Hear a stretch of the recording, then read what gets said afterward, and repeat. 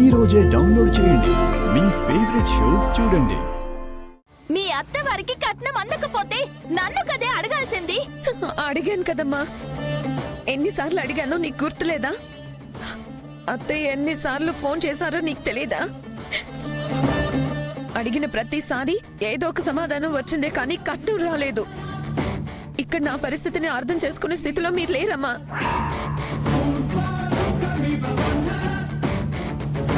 అలాంటి టైంలో అన్నయ్య నా పరిస్థితిని అర్థం చేసుకుని నాకు కూడా తెలియకుండా మా అత్తయ్య మావయ్యకి కట్నం ఇచ్చాడమ్మా. ఎప్పటికో నాకు తెలిసింది అన్నయ్య మంచితనం ఏంటో. అప్పుడు నాకు అర్థమైంది. ఓహో, నువ్వు కూడా నా సవతి సారథలాగే మాట్లాడుతున్నావే. ఏంటేంటి? వాడు మంచివాడా? వాడు దేవుడా? దేవుడయ్యాడా వాడు? దేవుడయ్యాడే? ఆగండి.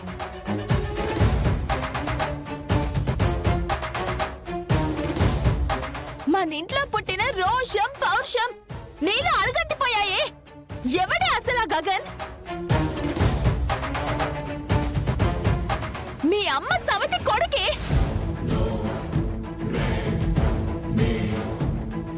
కట్నం వాడిచ్చాడని తెలిసిన మరుక్షణం నువ్వే విడివిరా కట్నం ఇవ్వడానికి, నా కాపురం నిలబెట్టడానికి. ఒక తండ్రికి పుట్టినంత మాత్రాన ఇద్దరం అన్నా చెల్లెలం అయిపోతామా అని వాడిచ్చిన డబ్బు వాడి మొఖాన్ని కొట్టాలి.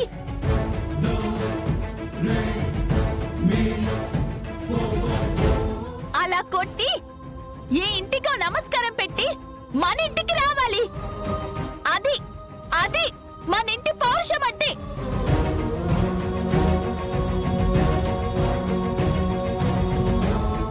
నీళ్ళు అడగండిపోయినా ఆ పౌరుషం ఇంకా నాలో అలాగే ఉంది.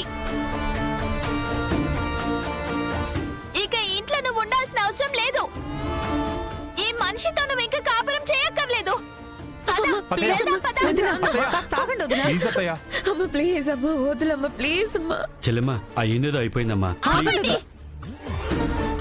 ఇంతకు మించి నన్ను మర్యాద తప్పనివ్వకండి.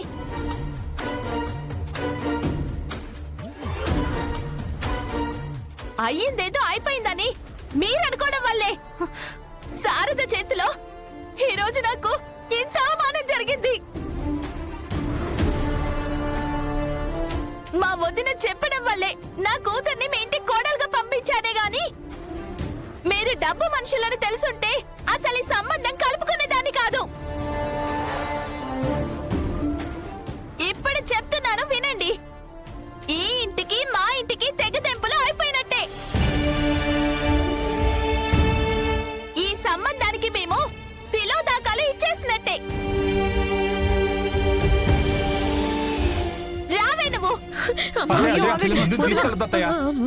ఇందాకే చెప్పాను నన్ను మర్యాద తప్పనివ్వకండి అని. అల్లుడని కూడా చూడ్ను. నీ మర్యాదను కాపాడుకో. రా.